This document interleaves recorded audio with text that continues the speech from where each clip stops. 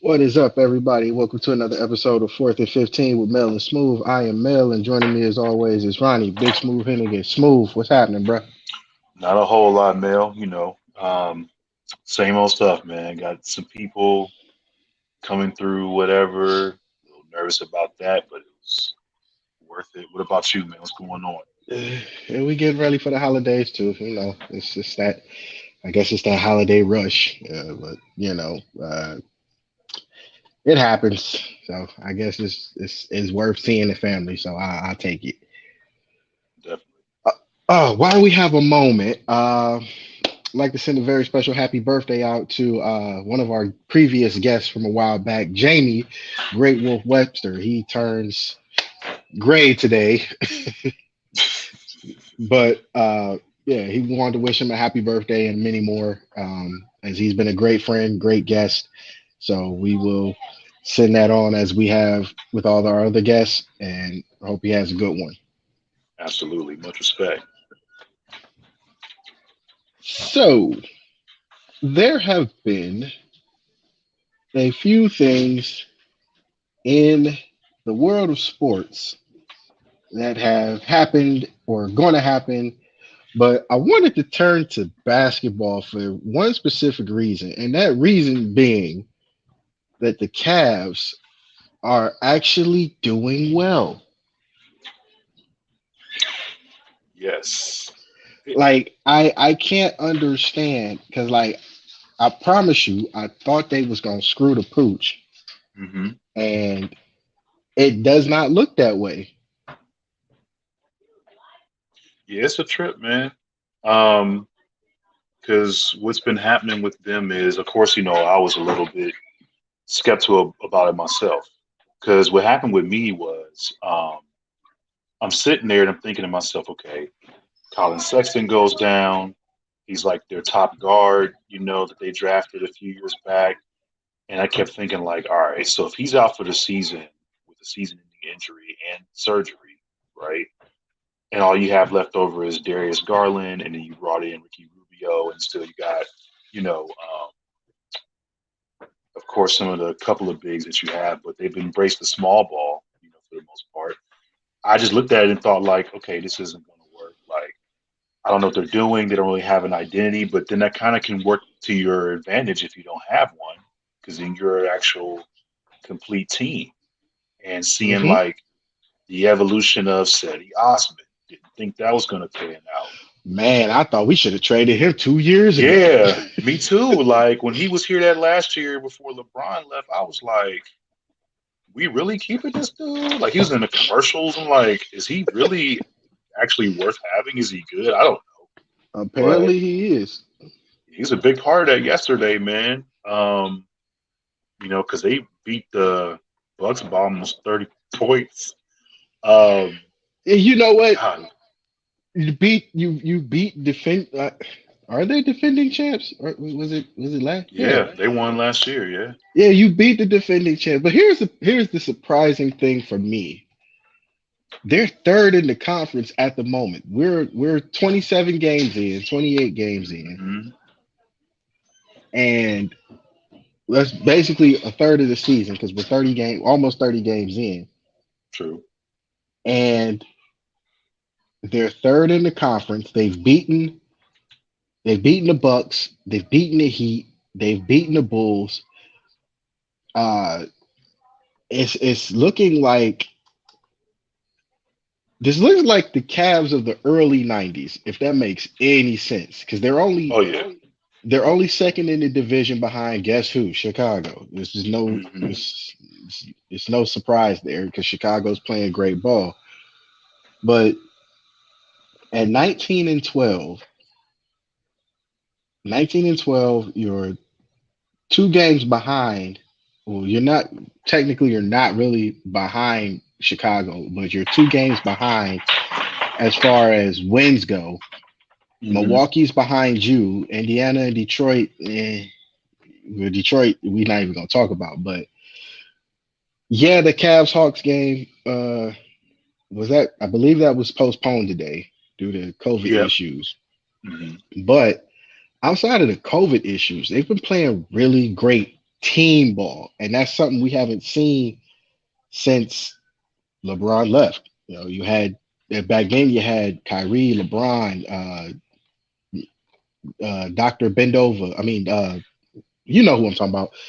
Hmm. Uh, Kevin Love, and then we had a decent bench for a year. But now it's Garland, it's Mobley, it's a combination of everybody playing together as a team and not having to struggle defensively, which is the part that's really surprising because I thought defensively they was going to have a lot of issues, especially Yeah, playing the Bucks, especially playing Chicago. And then you got to go out west.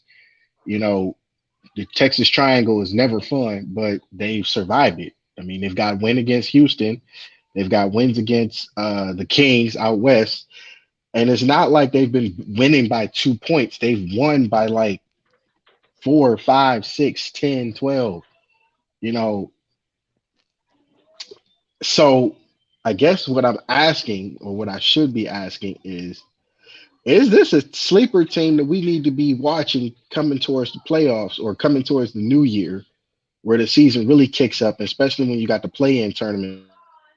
yep, yeah. I actually agree with it.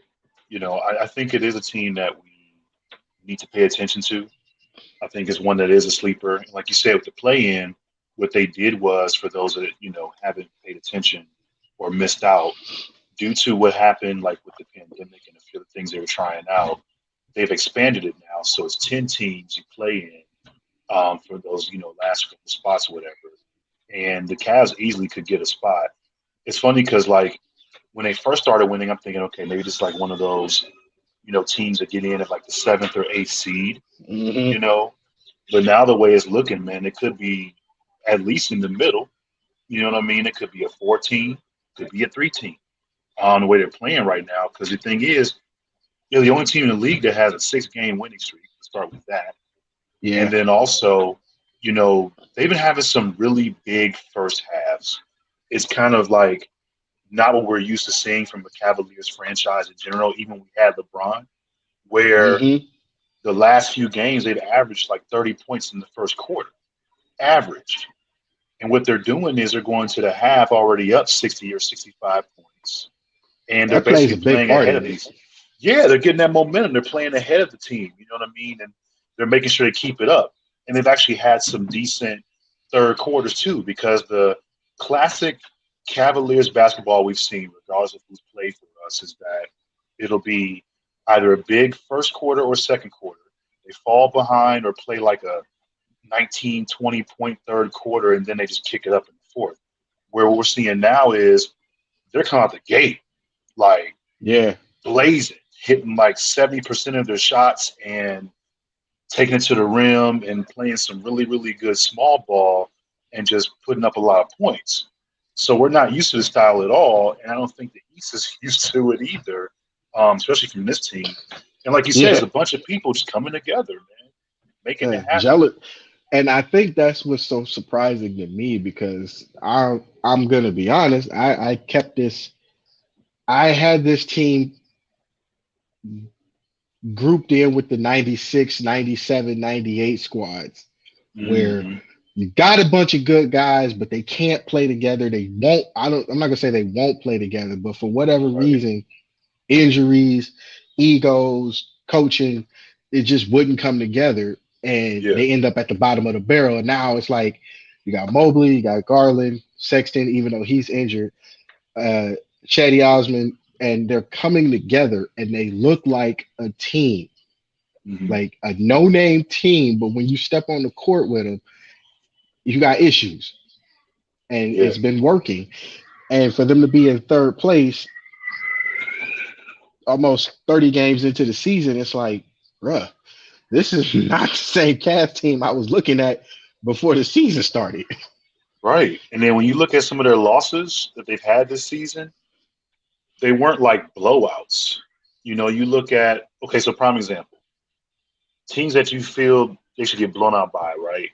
You got the Nets, they lost to by 5. You've got Mm-hmm. the Suns who were in the title game. against the Bucks. They lost to them by 5.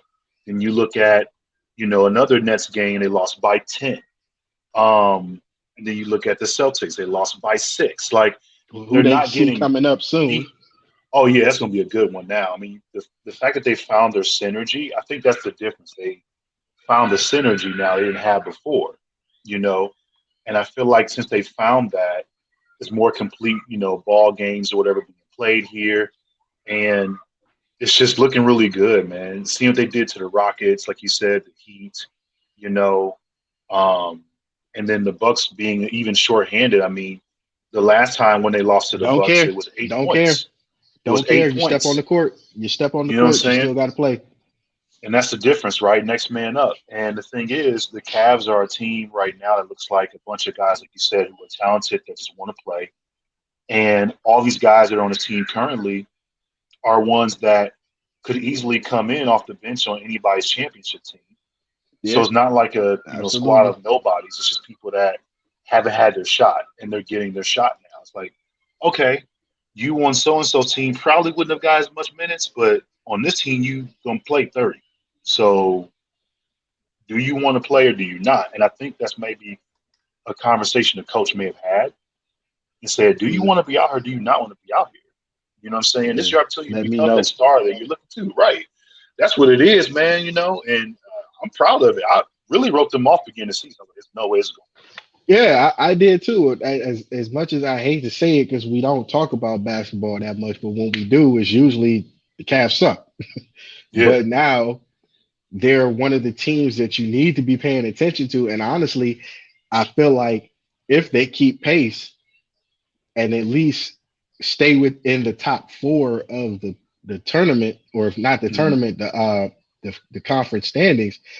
Honestly, the way the Brooklyn's playing, the way the Bulls are playing, Bucks and the Heat, and maybe Charlotte, I honestly believe they got a good shot to at least get to the second round, if not the conference championship. I Mm. I know I'm talking crazy right now. It sounds crazy, but looking at the body of work, Hmm. looking at the teams they've beaten, looking at the teams they've lost to, like you said, there is a very big possibility we could see the Cavs without LeBron, one in the playoffs or two in the playoffs, pushing towards the conference championship. I believe It's it. just looking at, even though what sucks about this is you cannot watch any Cavs games. You got to go to uh some dumb little subscription to watch it. But Yeah. just even on the game tracks, like the ESPN tracker, like they're not missing a lot of shots. They're rebounding very well. Defensively, they've held teams to, you know, sometimes season low scores. Like Hmm. I believe they held it was either the Rockets or the Wizards to a season low. And That's good stuff. that's great defense. Like Yeah, it is. that's defense you normally don't see. And I'm sitting here like this is a strong possibility they may be able to push towards the conference championship. Yeah, man. You figure just seeing it all come together and seeing what they're able to do right now. It just amazes me. I'm sitting here like you said, we wrote that off. We're like, whatever, we'll see what happens.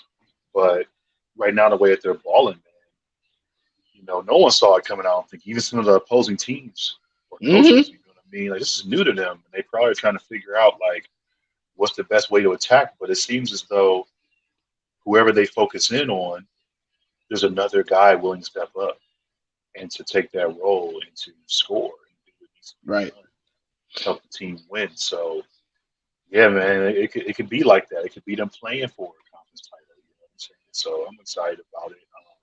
It's definitely something worth following this year for sure. So Yeah, it is. All right. From from the uh from the NBA, from the court to the ring, uh was it Jake or Logan who Jake, beat yeah, Jake beats Woodley with a knockout, and currently he's 5-0 right now.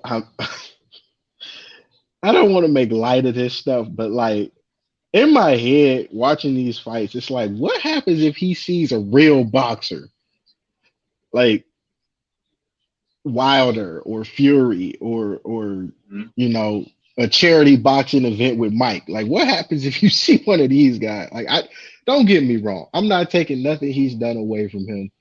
You Mhm. know, he looks the part, but fighting against people that generally aren't really boxers. So what's gonna happen when a real boxer says, "I'll step in the ring with you. Let's Mhm. knuckle up and let's see how you do then."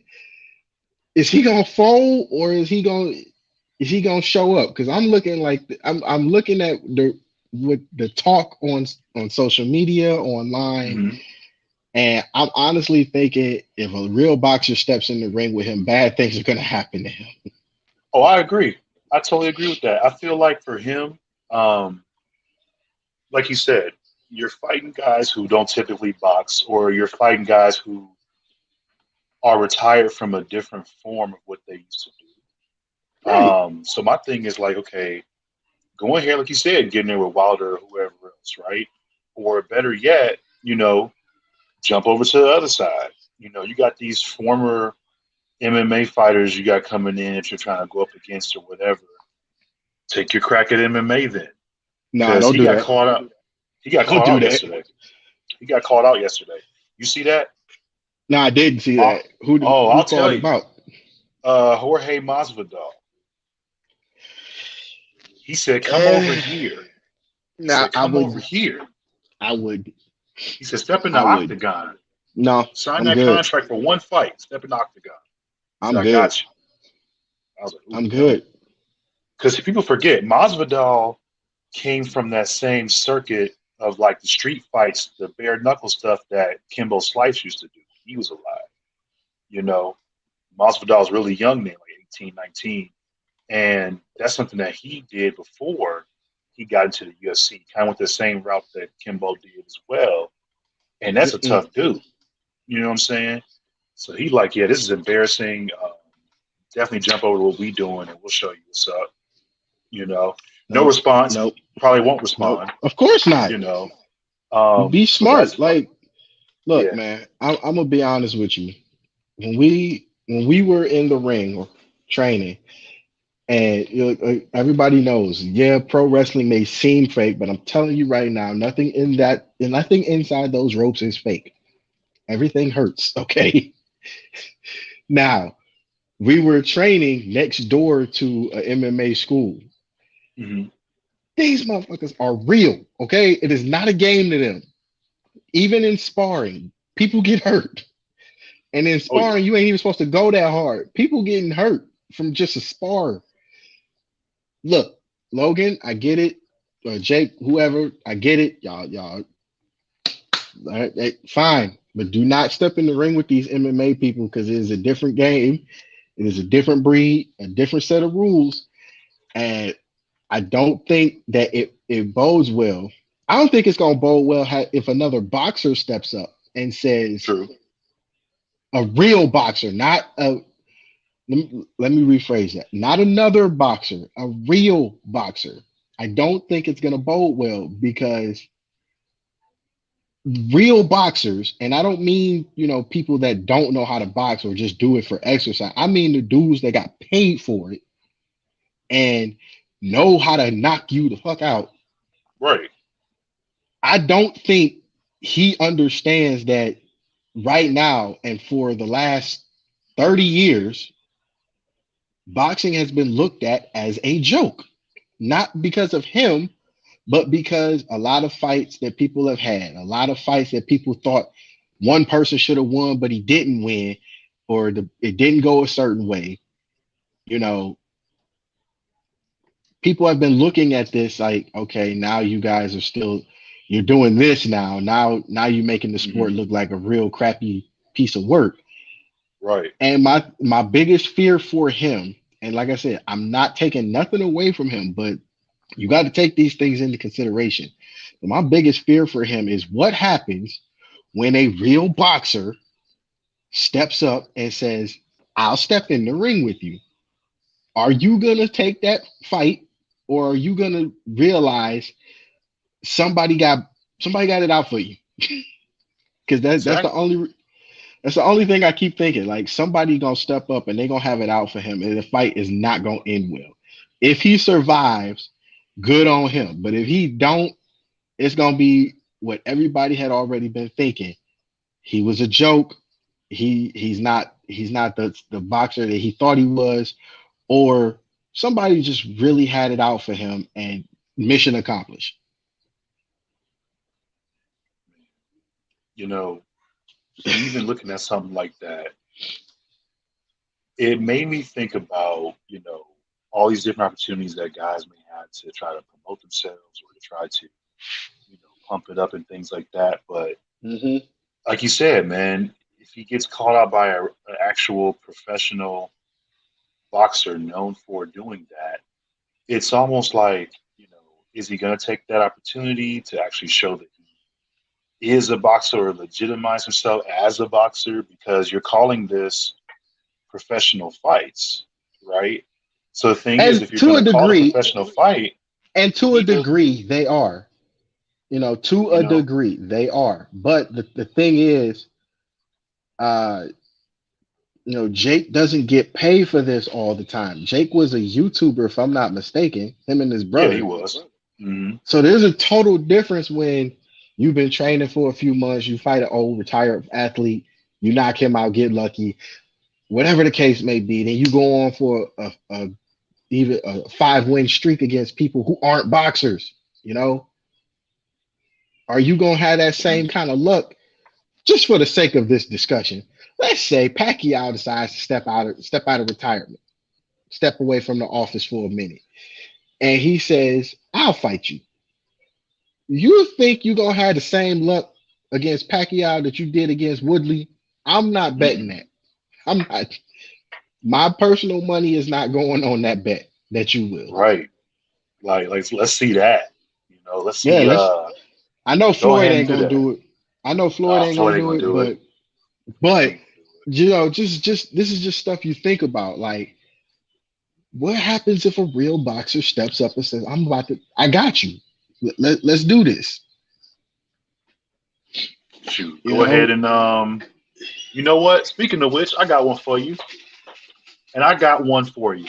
How about a guy who doesn't box anymore step in there? And what I mean by doesn't box anymore, I mean a guy who more recently competed within the last, let's say, 5 years. You know, I'm telling you, Mike gonna mess around. It's gonna be Mike. It's either gonna be you know, Mike or Holyfield, but I don't think Holyfield gonna have the stamina for it because Holyfield is a nah, little older. But I think I Mike got might one. take him up on that offer. I got a perfect one for you. Here's one I want to see. Here's one I want to see. How about Klitschko? Oh, Yeah, and you jump in there know with what? Klitschko. He ain't boxed in Eh, 4 years, right? So he gonna be a little rusty, but he still got it because he only 45, Ooh, and the man and, got a really long reach because he's 6'6", and that boy jeez. can hit. That boy And can you know hit. but what's funny to that is, Fight that dude. but that's what I'm saying because you know, thinking about this in terms of weight class, Jake would be considered a heavyweight Yes, he would. because Yes, he he was a would. hundred. He had 100 pound. I think it was either close to 100 or 100 on the spot pound advantage over Woodley. That would, Hmm. man, that would be interesting. Yeah, because you figure That would Klitschko is be about interesting. 240 at 6'6". Go Yeah, ahead and have that fight. that's a lot of weight coming behind that punch. That man held the title Where, twice. Twice. wherever it land, that's a lot of power coming behind that punch, Mm. man. Yes, it is, man. And the heavyweight belt is not an easy one to keep. It is Not an not easy an one to easy one keep. to get, you You're right know. on both ends. It ain't easy. But he had it Ooh, wow. twice. That man had it twice. I'm just saying. That Because if you want to that say, would. okay, I'll take on a real boxer, all right, Hmm. cool. And let's say you think you're going to warm up or get an advantage on a guy that ain't done it in a minute, that's the guy you fight right there. And if you can get with him, I'll take you serious. If you can get with him. You know what? If that played out that way, I would take that. I Yeah, would because take at that. his age, that's it. At his age, right now, being the pro that he, was, and how he backed out 4 years ago, this Right. would be a more even fight based off of like just the gap of knowledge versus not knowledge. I'm sorry, age versus experience. This would be a Hmm. perfect combination of that because Klitschko got the experience. Paul's obviously younger. You put them together, I guarantee you Klitschko can hang with him stamina wise. He's still in good shape, but he's 45, so it's a little bit different. But Oh, we've seen a he's lot of gonna fight guys be smarter. that. Oh, he's He's gonna gonna fight fight way smarter. smarter. And guys 45 is not unheard of for you to be 45 in the ring, especially the heavyweight. Oh, Very that's true. not unheard of. Oh, I'm excited. I hope that happens. It won't, but I'm hoping. I'm hoping. I got hope, man. Gotta have hope. You know. Uh, Klitschko, man, that's an exciting guy to watch, man. I will watch him now. I'll watch him in Wilder right now. I would watch that fight too. I Man, would. I'll watch I that would. fight. That would be an interesting fight to see. Yeah, it would. That'd be great. Yeah. Man, that'd be great. I'll If pay y'all for it. watching, if Wilder's watching or he comes across this somehow, set that up. I'd love to see that. Please do. People would buy Uh, that. yeah, Man, naturally, not forced. That would be a natural one. yes. All right. From boxing, we go to soccer.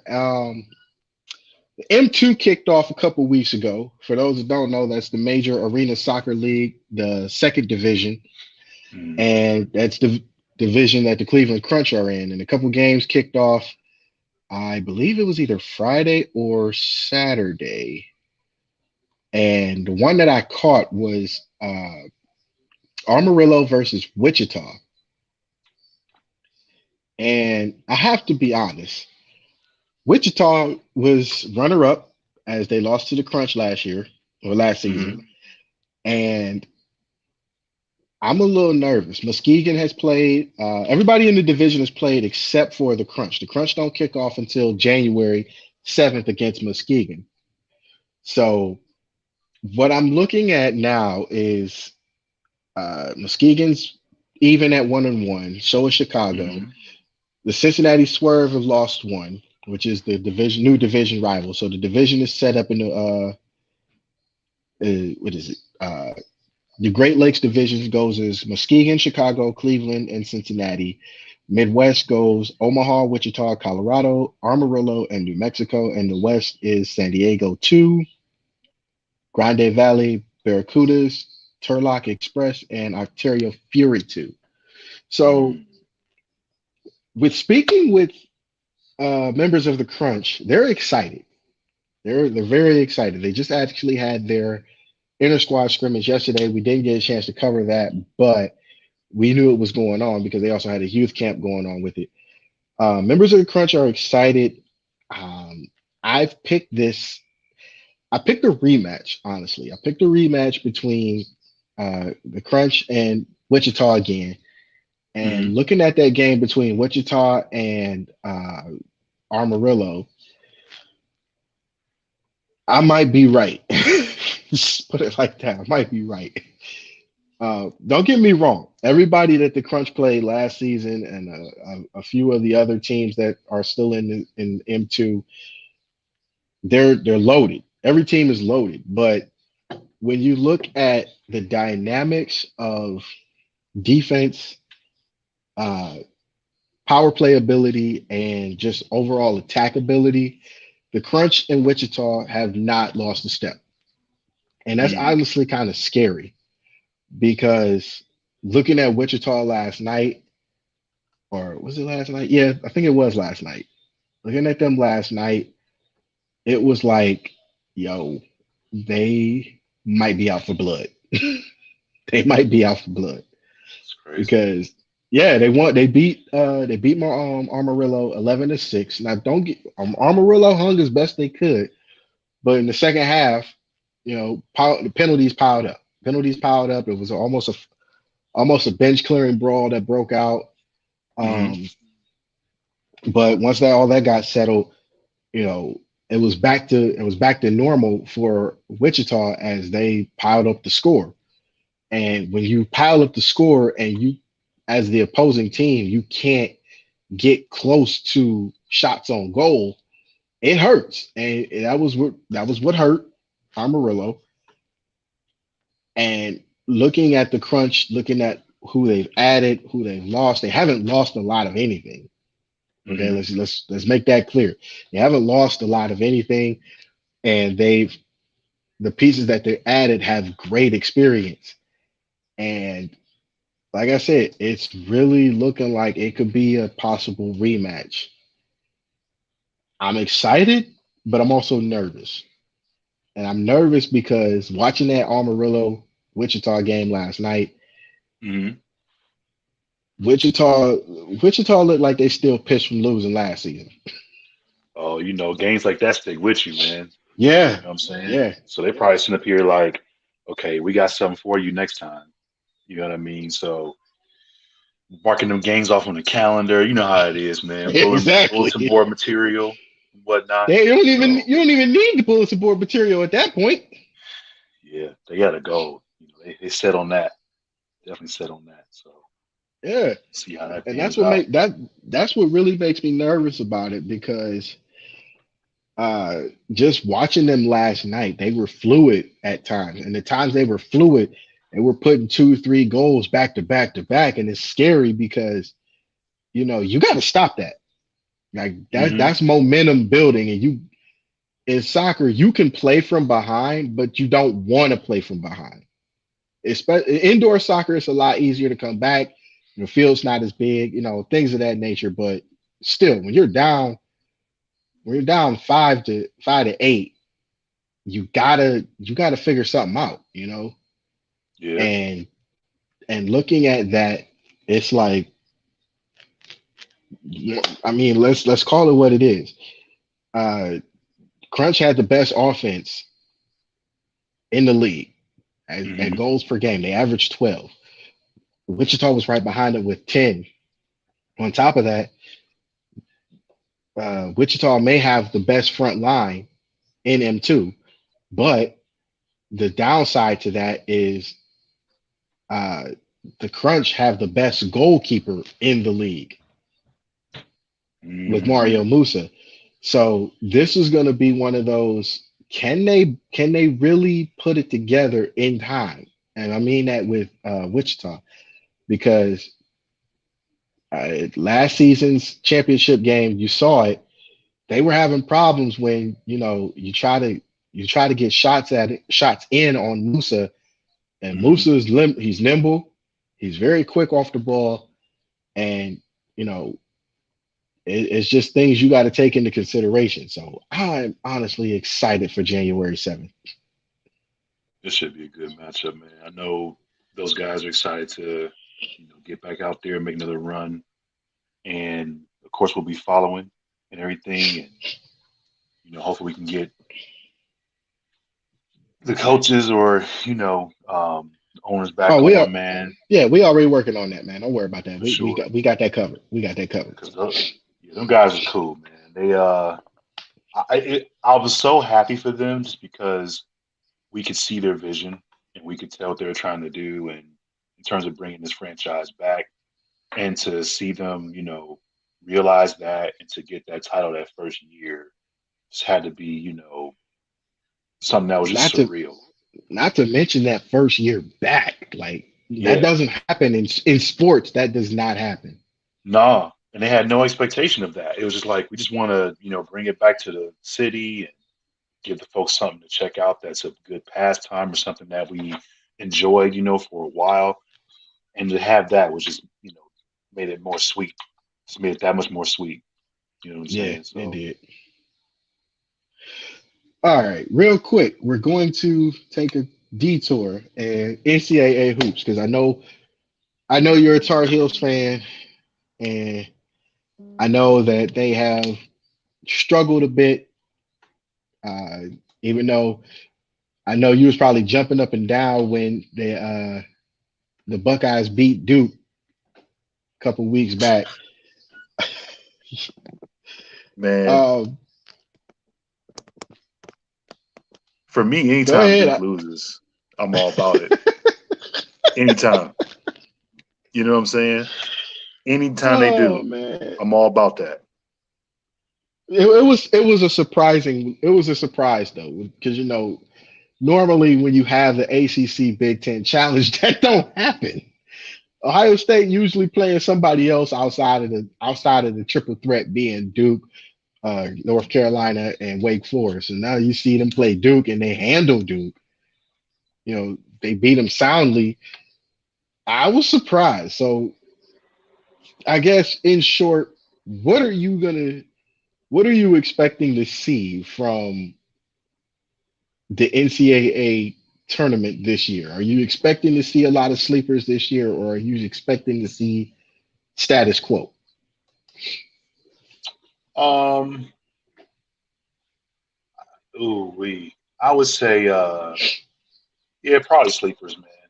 It's so all over the place. Like, and I laugh because whenever they're talking about, the hoops are talking about some of these like, mid-season rankings and whatnot. And they're like making the deal out of a lot of the upsets and things that happen.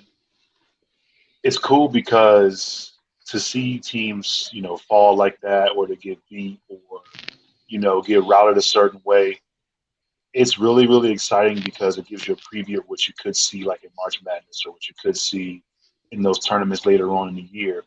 And I was thinking the I'm same excited thing. for that. I'm so excited for it, because I hate when it runs its course during the season and then like all of a sudden during a tournament, something just wacky happens that you don't expect. But when you have it like it is this year, where you'll have teams just rolling and rolling and rolling, and all of a sudden they get that one loss to that team that you felt they should have beat by like 20 points, that's the most Hmm. exciting thing to see, man. Because you're like, oh, okay, well, I don't know if I can actually trust the top 10 like that throughout the entire season, right? Before they even hit the tournament. You'll look at them and go, okay, one of them will probably like, win their conference or get that automatic bid. Like you're kind of expecting that kind of stuff. But to be like, oh, okay, yeah, I expect Gonzaga to go undefeated. Yeah, that ain't happening. Or you're like, Nah, oh, I expect, Villanova to pop up in there and possibly, win their conference or whatever. That might not happen either. Yeah, they'll probably both be in the tournament, but there's no guarantee this year for any of these teams, it seems like, which is very exciting. So I think for me, I'll probably end up paying a lot more attention to some of the college hoops this season for that reason. And you figure the cool part about it is, man, they're getting to play in front of their crowds again. And I think yeah, that that's the makes a best big part. difference too, you know? That is a big that yeah, that plays a big part in it because playing at home and seeing your crowd, hearing the band in some of those arenas, because I know the bands usually Mm-hmm. that plays a big part because it wasn't the same last year. Right. It wasn't. It wasn't for college football. It wasn't for basketball. So even with the COVID issues that some teams are having, including Ohio State, it's still a good thing to see that the crowds are back. So For I'm sure. excited to see how many more upsets come in the regular season. I don't even care about the tournament yet because we already know 900 games in the tournament. It ain't even gonna matter. Exactly, man. Exactly it. And you know it's going to be them Oh upsets, so we'll see. yeah, yeah. All right, from the court again to the college court to the college field. A couple of things happened yesterday. First off, the MEAC runs black college football as they pounded Jackson State 31-10. I think it was either 31-10 or 33-10, one of the two. Um, yeah. You know what? I can't even say I'm mad uh that Jackson State lost because, you know, let's look at the accomplishment that Coach Prime has put into the HBCU field. Like not Right. even just not even just Jackson State. Let's look at what he's put in the field of HBCU football. He's did a lot of turning around as far as getting exposure.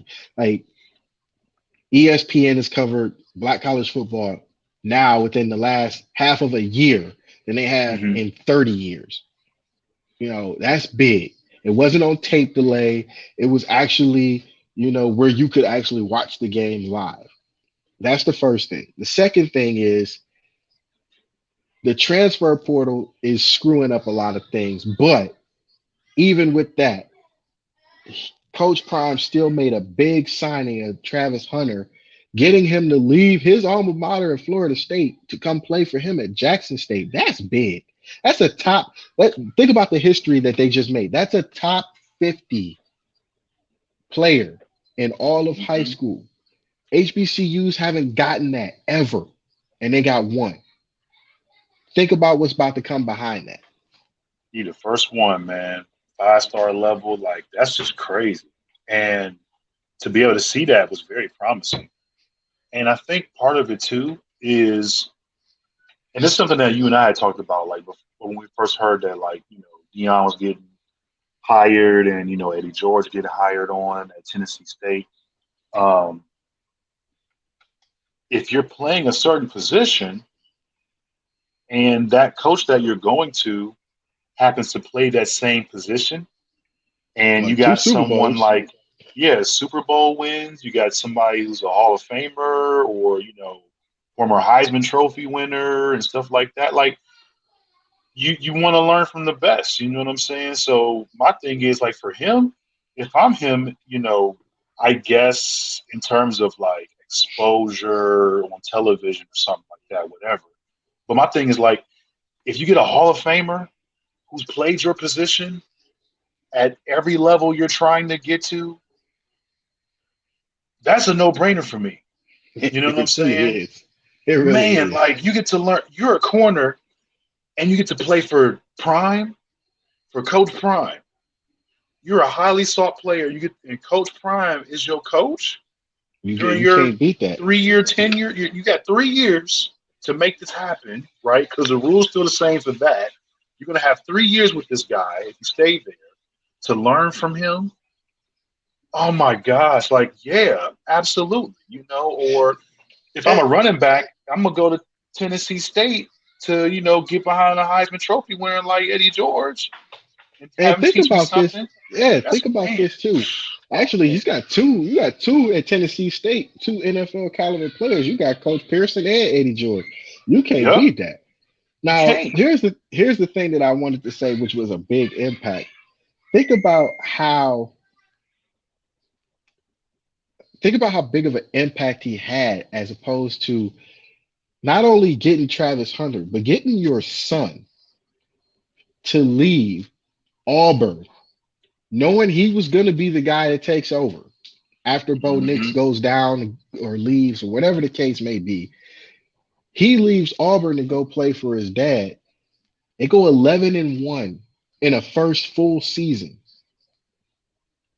make it to the Black National Championship, and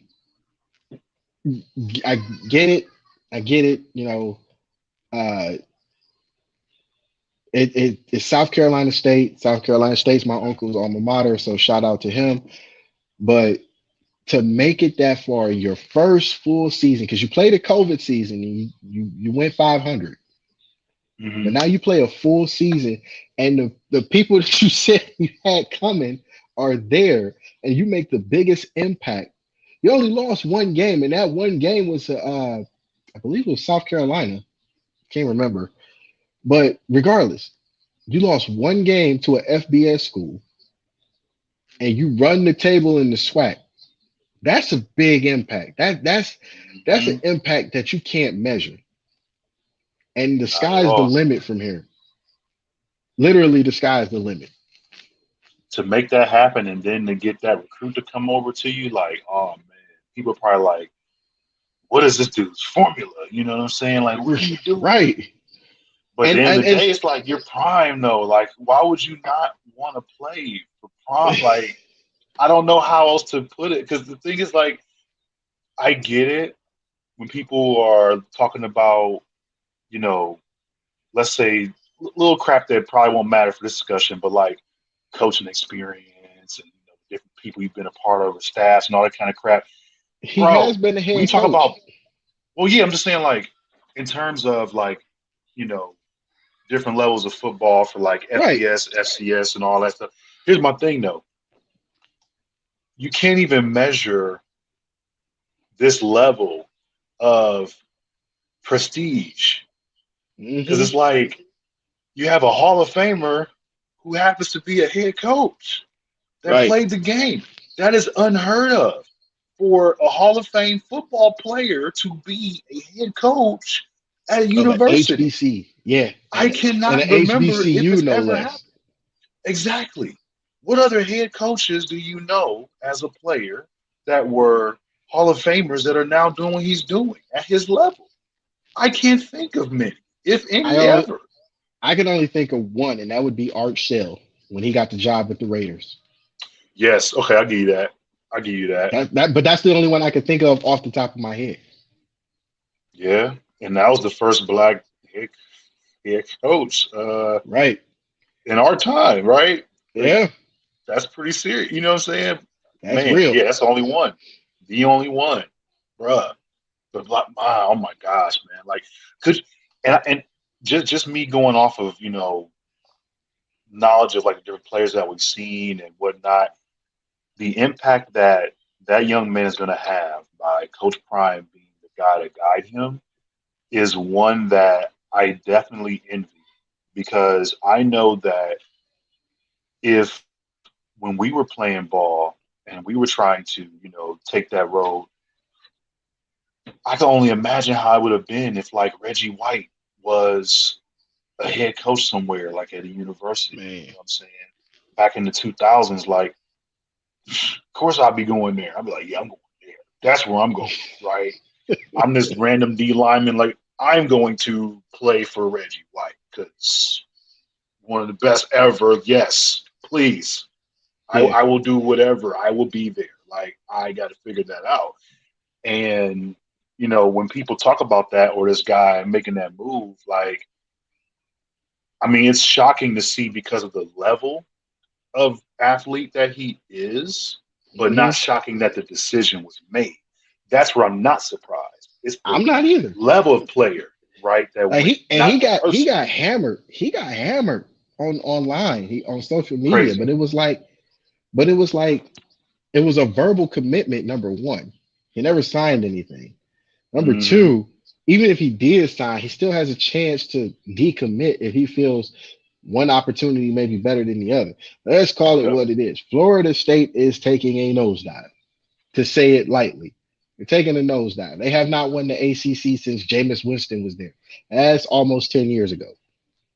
Hmm. On top of that, what have they done at least in the ACC to prove that they deserve commits such as Travis Hunter? I can't speak for them, but looking at the body of work as far as the seasons have gone, you've barely Hmm. reached a 10-win season a couple of times. You've barely reached, if ever, you know, I ain't gonna say you haven't reached the undefeated season, but you haven't won a national championship in since Jameis, if I'm not mistaken. Yeah. Yeah. That's been That's the almost last 10 one. years. That's almost 10 years ago. That was the last BCS game. Right. And That was the in last addition to BCS that, game. I mean, for me, like in addition to that, I could only see players committing there if you either like right now, let's say in the state that the program is right now, I can only see players truly committing there if you were like, a fan growing up, or you're some kind of like legacy player or something. Like my daddy used to play for them, or my uncle, whoever, or we bred, Seminoles this whole time, last three generations. Like that's the kind of stuff that you're gonna see right now. But the state that the program is in, like, It's terrible. it's like, dude, Like do I want to go? I don't even want to step on the field. I don't know. I like wouldn't. when I we don't was know. growing up, Florida State, you didn't want to play Florida State. You got your ass kicked like that. No, you I still didn't. remember. I still remember that Sugar Bowl. John Cooper, we're gonna kick their ass and get your ass kicked. Hmm. That's the thing, man. Because for us growing up, it was like between Florida State and Miami, man. That was Yeah, that was ticket. Florida wasn't even a thought. Oh no, absolutely not. Oh my gosh, man. Like, That's crazy. nah. but I'm excited to see where this goes. This particular scenario. I'm excited to see where it goes. Me too. Um, with that being said, we had a couple more champions crowned Friday and Saturday. But Friday, down at the Hall of Fame, Mary Hardin Baylor dog walks North Central, and I'm kind of upset because I honestly really wanted a rematch between Mary Hardin Baylor and Mount Union from a couple years back. Unfortunately, North Central came and screwed that up. But with that, we got the matchup between North Central and Mary Hardin Baylor, two of the last three national champions. And Mhm. Mary Hardin Baylor handles business. They even scored a touchdown on the last possession of the game. So shouts out to Mary Hardin Baylor and congratulations. They won 57-24. Like this game wasn't even close. This game was out of hand. The second half, I'll say the second half. The second half is where this game got out of hand. First half, Mary Hardin Baylor was they were close. It was night was it? Yeah, it was 19-17 at halftime, and then the second half it just got out of hand. So North Central might want to think about that one going into the next season, but I'm sure they'll be back. And Man, like I said, for Mary Hardin Baylor is the truth, bro. They're the man, a truth for game Texas. like that, and then I had saw Ferris State whooped up on Valdosta. Man, Like, what that is one. that? Didn't Valdosta win it last year? Yeah, they won it Division last two? year. Yeah, they won And to it. see this was like, Fair State was not playing around. Like it was 20-17 after the first quarter, and then Valdosta doesn't score again the rest of the game. I mean, You that was rough. never see that happen from Valdosta. They got treated like a stepchild. That was just. I'm not even gonna say that was just rude. That was Fair State making the statement. A Like big statement. I They think, literally pounded the rock, bro. Literally. yeah, yeah, because the quarterback only threw for 158 yards or 148, excuse me, but he threw three touchdowns. Well, no, I take that back. That was the quarterback for Fair State. 14 carries, Hmm 148 yards, three touchdowns. Bruh. That was just, it's rough. It was just Hey, rough because, like, I kind of saw Valdosta State, like, you know, going back there again. I'm thinking, yeah, they'll probably go back. I didn't think it was going to be this bad of a beatdown. And they were saying, too, like, this was the biggest margin or, most points scored in the last 20 years in this game. Um, it's just, they outright got smacked. I mean, ain't no else to say it, man. There's no other way to say it. No other way to say it. They got embarrassed, and man. yeah, they did. They did. They probably gonna sit on that one.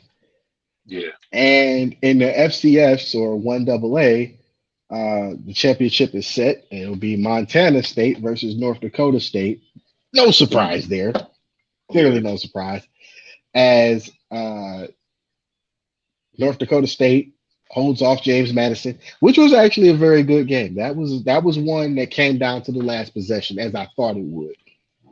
And uh, Montana State just handled business. Like they don't get me wrong, South Dakota State's a great team, but when you're playing Montana State at Montana State, if you're playing any of the Montana teams at home, it's always an issue. And the issue is True. going to be, can you handle the crowd? Can you handle, you know, the atmosphere? Not just the crowd being loud, but it's the atmosphere that's there, the band, the crowd, you know, maybe the weather. Because if I'm not mistaken, I think Montana State does play outdoors, but hmm Toyota Stadium is going to be loud with both teams because Frisco, Texas, the Toyota Stadium is hosting this one, so it's going to be loud. Both both teams, both crowds. It's going to be something special. And for some odd reason, I think I want Montana State to knock off the juggernaut, but it's North hmm Dakota State. And they've produced a couple of decent quarterbacks in the NFL. So we'll see how this one plays out. I'll be watching this one very intently on the eighth, and we'll see how it goes. Yeah, I'm looking forward to this, man. Indeed. And finally, we go to where we need to be, and that's the NFL. I'm gonna start off with this game. Saints and Buccaneers. Saints are up 6-0 right now. 157 left to go in the second quarter. Mm. Uh, if the Bucks win, they pretty much lock up the division. They'll be probably the first team to lock up a division. Second, Uh, Second, who locked up first? Who's the Packers first, rather? clinched Oh yeah. the Packers clinched the Okay. NFC North today. It's funny that you bring up the Packers because for the Hold second up. time in a couple of weeks, the Ravens get stupid. Oh man, 3 game losing streak now. Yeah, but they get stupid. Or in the Jamie Foxx version of Bill Cosby, they get stupid. How do you have a chance to play for overtime with your defense and you go for two again, almost virtually the same play that you ran against the Steelers to lose, Mm. and you don't get it? Like, what's wrong with kicking the field goal to go for the tie? You have extra time in overtime. What's wrong with that? Yeah, I don't get that one either, man. That's the And second. That's the second game in a row that he's done that. I can't even say in a row because they lost to the Steelers, then they played the Browns again with the rematch, and the Browns end up winning that game. And then this game against the Packers, you you are basically in the same scenario you was in against the Steelers. What is so wrong as a coach? What is so wrong? And I'm not questioning John Harbaugh at all. I'm just saying the the writing on the wall to win this game, a game that you needed, the hmm writing on the wall is there. You just scored to get yourself back in the game. You get the ball back with like 2 minutes left. You drive down the field, you score. You are 1 point away from tying this game up. All you have to do is kick the damn ball between the two yellow sticks and you play for overtime. What's so wrong with that? it's terrible, man. I mean, it's so funny because I thought for sure, you know, that Baltimore was going to be on the up and up like this year, and just seeing how things have played out the first 10 weeks, and then all of a sudden, man, you drop three, and now you've made the division tighter than ever. It's a freaking nail biter right now. Man. There is literally 1 game of separation between every team in the Mm-hmm. division. We are the only division that has this happening. We are the only division where every team has a winning record. We are the only division where literally it's going to come down to the final freaking game of the year. It is nerve wracking because we can't get consistency. It's so messed up. Like the fact that our entire division had to go up against the NFC North this year and also the AFC West. This is the Ooh. wrong season for Yeah. both of these divisions Yeah. to be up against us right now. It is screwing everything up that we could ever But imagine, screwing it all up. Because we still, okay, Cleveland still has to play Pittsburgh again, still has to play Cincinnati again, and you got to play the Packers. And on top of that that, was you that was you what I got to was play leading. Raiders this week. Not to not Oh, to cut you off on that, but that's a great point you made because God. I was thinking about this as I watched the Packers Ravens game. I was like, all the because in my mind it was this was going to make the scenario so much easier for the Browns because I'm like right as Tyler Huntley walks into the end zone for that last touchdown, I'm like, okay, if they win, all the Browns have to do, even if they lose to the Packers, all they have to do is stay within a decent score. Mm-hmm. Keep the over under somewhere you can reach. Because if it came down to common opponents and the Packers beat the Ravens or the Packers lose to the Ravens, but you beat the Ravens, that may help you. It didn't help because now all the pressure is on the Browns. All of it. all of it. Like, And I was like, I was oh really like, man, I was really like, yo, the Ravens really just put the Browns in a fucked up situation because now that pressure cooker is boiling. Is boiling. man, you hit the nail on the head because here's what's going to happen. They just clinched the division, right, after them beating Baltimore. But the next scenario is they're still playing for the top spot in the NFC. So you figure because the Rams did what they did to the Cardinals, that knocked them down. So that top spot is Yeah. still available. So what's going to end up happening here is Green Bay is going to play that Cleveland game like it means everything Everything. because they need that top spot. Let me tell you, they want that bye week. Yeah. Okay. They Well, need it. everybody wants the bye week, but they need the bye week, and they're gonna be playing that game like it's the freaking Super Bowl. They are coming blazing. Cleveland don't understand what's about How to much happen these yeah, last 4 weeks. it's about to get bad. It's not gonna be easy for you because you got a Pittsburgh team that's still in it. They are not out of it. Okay. Then you got a Cincinnati team looking to prove something that you already beat. They're not trying to get swept this year. They are not. Hmm. They don't want that sweep. That sweep happens. That's it, right? For them. You've already got through Baltimore. You're 1-1 against them, right? And then the Raiders, they're now at the bottom of their division. And they need this win too to And still even here's be what considered as a part but of the here race. If they but lose, here that's it for them. but here's what's crazy. The Ravens in this scenario, the Ravens are the only team with a losing record in the division. Right, So right. they're essentially, and I'm only saying this because this may change within the next 4 weeks, but at the moment, they are out of the divisional race. So now it's a three-way race between Bengals, Steelers, and Browns, which is Hmm. surprising because I thought it honestly be Browns, Steelers, Ravens, but the Ravens screwing the pooch like they did just put a lot of pressure on everybody else because Oh man. it's looking like it's looking like the Bengals have to come to Cleveland if I'm not mistaken because the Browns already went to Cincinnati. Yep, they gotta come to Cleveland. Ooh, gotta come to So Cleveland. here is Cincinnati's remaining schedule. They beat the Broncos today 15-10. Not that that's something to speak about, but because everybody's beating the Broncos, but you keep a pace with common opponents. Hmm.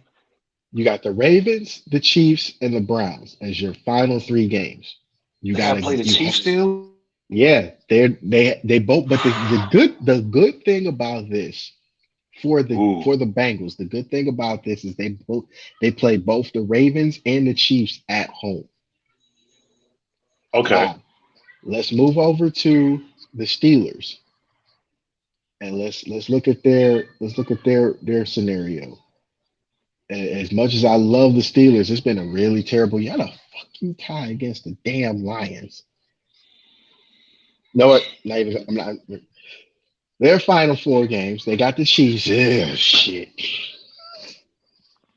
They They got the got the Chiefs too. Chiefs. They have the Chiefs. They have the Browns on the third, and they have the Ravens. They beat the Titans today, 19-13, which was surprising because I thought they were going to lose this game. But they got the win against the Titans. They got Hmm. The Chiefs, Browns, and Ravens. So all three of their last games are tough as all hell. Moving on to uh, Baltimore. Baltimore just lost today to the Packers. The excuse me, the Ravens have the Bengals, Rams, and the Steelers. They gotta play the Rams. That's going to be a tough one. But It ain't good for but nobody. it's not. But the crazy part about this is they have those last two against the Rams and the Steelers at home. So think Wow. about this. These home scenarios are playing out. And finally, we go to your beloved Browns. Now, the Browns have the Packers on Christmas. They have the Raiders tomorrow. at 5 o'clock. They have the Packers in Green Bay. They're at Pittsburgh, and then they have the Bengals at home. This Mhm. divisional race is gonna suck. Man. And here's another scenario for you. Oh What man. helps what helps the Browns is you've got a struggling Raiders team. We'll see how that plays out since they're in Cleveland. That helps, right? It's gonna be cold tomorrow too. And it's gonna be frigid. Oh man. The 12th man gonna be swirling around up in there. We already know about that one late. Ooh That wee. sucks. So you got that. In addition to that, the fact that Pittsburgh and Baltimore, we say Baltimore? No, Yeah, Pittsburgh yeah. and Cincinnati both have to play the Chiefs, right? The hmm Chiefs look a lot better Everybody's now than they did beginning of the season, that's and true. that's still part of the AFC playoff race. So if for some reason the Chiefs beat both of them, that helps Cleveland in their playoff standings because we're all on the same side of the conference here. You know what I'm saying? Now, in Yeah, addition that's to true. that, at the end of the day, though, Cleveland still needs to win these AFC games because we already talked about this. Yeah, They could end up dropping it to the Packers, which I expect to happen this year. I do too. But they need them games. They need them. They need this game tomorrow. What they need to do: handle this game tomorrow, and hopefully you will finish out your division. Hopefully, because Yeah, the thing is, you could lose to Green Bay and still make the playoffs, but you got to win these 3 games. You got to yeah. win these 3 other Because games. but I think the common opponents thing is gonna help the Browns as they've actually done a lot better against common opponents than Mm-hmm. the rest of. I mean, everybody. Bengals have lost to the Chargers too. I believe everybody's lost to the Chiefs and the Chargers, if I'm not mistaken. Yes, yep. Everybody has. They all. And Everybody's taking those. I think that's a common opponent. Uh, but you still have to factor that in because you know with what happened with the Ravens today is going to play a big part in this because, like I said, the Browns have beaten the Ravens for that rematch, which is something Mm-hmm. that they needed. The Ravens still have to play the Chiefs and the Steelers. If Lamar Jackson isn't back, this changes a lot. Don't get me wrong. Don't get me wrong. Tyler Huntley has been playing fantastically, but it's a different dynamic when you have Lamar True. Jackson back there instead of Tyler Huntley. Very So true.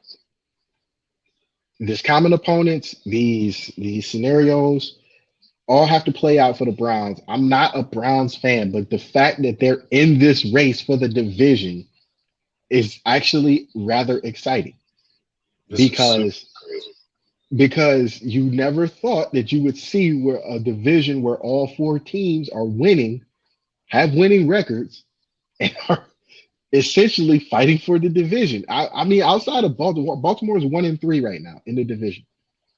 They've lost to the lost to the Bengals, lost to the Steelers, lost to the Browns. They've beaten the Browns once. So this is going to be to close this decision this conversation out.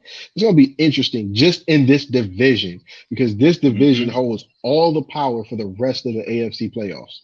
It's crazy. It is so crazy because you figure, like you said, you see the Chiefs up top. You see, you The know, Patriots. Patriots I in never, there, I right? did not think I was going to see that. Just Me neither. The Bills are struggling now. Um, Chargers are right there, and then, like you said, you got this division. That's pretty much what it is. Of course, you have the Colts starting to rise up there too. Um, it's just so even, man. It's like the same freaking record staring at it 6 times. You know what I'm saying? Like it's just annoying because you're like, it looks great for the AFC overall, but in terms of the playoff hunt, it's terrible. it's only one clear team right now that has double digit wins, and then you got everybody else that's just kind of just sitting there 1 game apart. It's just annoying because you're like, all right, how's the last 4 games gonna go? I don't know. Who knows? What team is gonna show up? You can't even say that either because the AFC is Right, looking like that too. Because one week, right.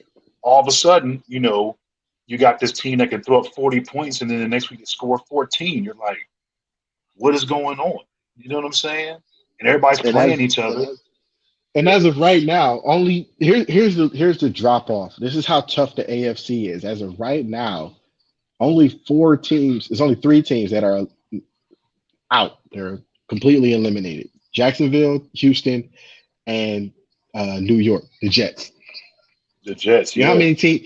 You know how many teams is eliminated in the NFC?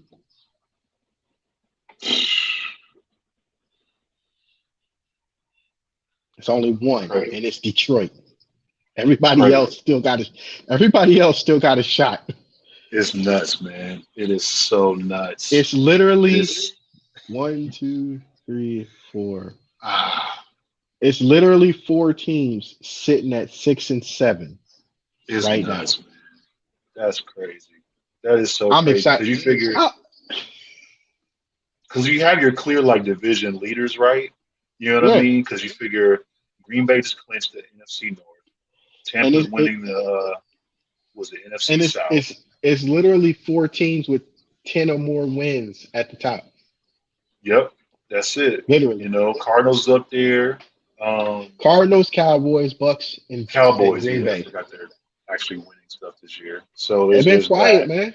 They've been They've been quiet. real quiet getting them wins, man. I mean, I looked up, I was like, how y'all 8-4? When did that happen? Like, oh, okay, that's cool. Um, wow, great. You know what I'm saying? Like, that was a trip. And what's funny about them is that's the last win that the Raiders have is against the Cowboys in the last 5 games. That Wow. 1-4 in the last 5 games. They won an overtime game against the Cowboys. They lost to Wow. Washington. They lost to the Chiefs. They lost to the Bengals bad, and they also got smacked by the Chiefs again. Twice they got smacked by the Chiefs. Like 40 something points to like nothing. Like I mean, it was let's see what last game the 12th 48-9. And that was the second time you played them. The first time wasn't good enough. You had to get beat worse the second time. You know, to just sum it up for you, right? So now you come into this game, you're like 6-7. You're like, okay, well, if we have any shot of doing anything, we have to beat Cleveland. If we don't, that's going to really screw things up to the point where you're going to have to hope and pray that all of a sudden the Chargers just choke it up because they're still behind the Broncos. Man, That's another thing. The Broncos are I seven never and thought I'd seven. see that one. Behind, are you They're behind the 7 and Broncos? right. Like the Broncos were in a winning record before they lost to the Bengals. Now they're 500. Tell me how crazy this season is. You know what I'm saying? Man, Like, yeah, I who see saw it. this coming? I didn't, because the way the Raiders started off so hot at the beginning, everybody bought into it. Like, they've done this before. We know this, right?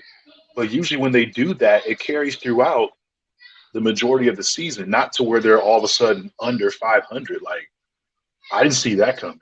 I will say that. I didn't see them losing 4 out of their last 5 games. You couldn't have told me that was going to happen.